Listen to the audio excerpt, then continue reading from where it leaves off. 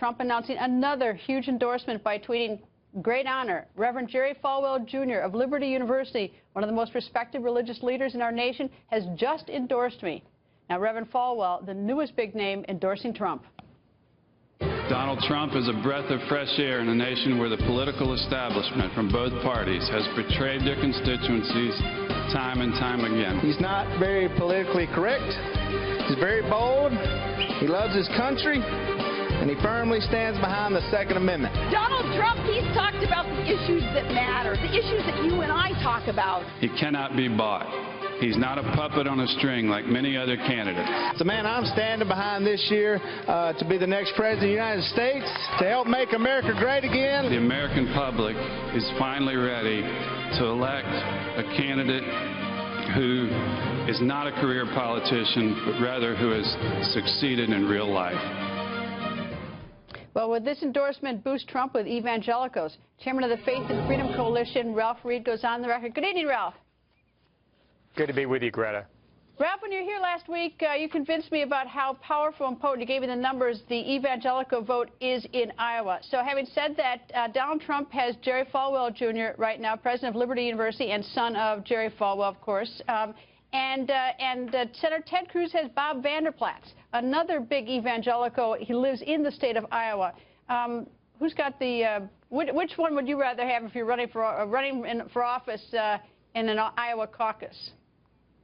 Well, I don't think any single endorsement is going to guarantee victory for anybody, but I think if you're Donald Trump, being able to follow up the Sarah Palin endorsement, as gold-plated as her name is among evangelicals, with a name as respected and honored as the Falwell name, Jerry Falwell Jr. being the president of the largest evangelical university, aspires to be sort of the Notre Dame for evangelicals, is a big deal. But again, the endorsements alone won't make the difference. What's really going on here, Greta, is Palin's endorsement really sparked a battle for the evangelical vote, which is not only a war for Iowa, it's a war for the soul of the Republican Party. And it's people who are making the case that Ted Cruz has walked with them and worked with them for decades and comes out of the movement. They're really establishing a test based on history and legacy and purity with those who are making a strong leader argument with Trump. And the polling shows that both of those constituencies are strong in Iowa and nationwide. Well, there are apparently some pro-life groups, women's groups, including Susan B. Anthony, that have come out against Donald Trump. Does he have to worry about that? I mean, is that an effective hit on him? Well, I think there were some good and respected names there. Marjorie Dannenfelser with Susan B. Anthony, Penny Nance, and Beverly LaHaye with Concerned Women for America.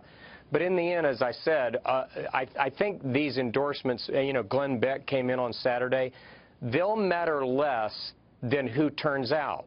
If you look at the Quinnipiac poll that you cited earlier, among people who've attended caucuses before, Cruz is ahead narrowly. But among first-time caucus attenders, which, Greta, are about 30% of the sample, they're breaking for Trump by 13 points, 38 to 25.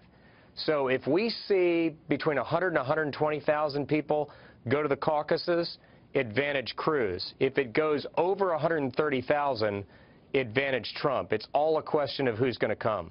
And it's interesting, Jerry Falwell Jr. said this about Donald Trump. He said, like Mr. Trump, Dad would speak his mind. He's obviously a very strong advocate for Donald Trump. Anyway, Ralph, thank you, and it's going to be an interesting couple days. Thank you, Ralph.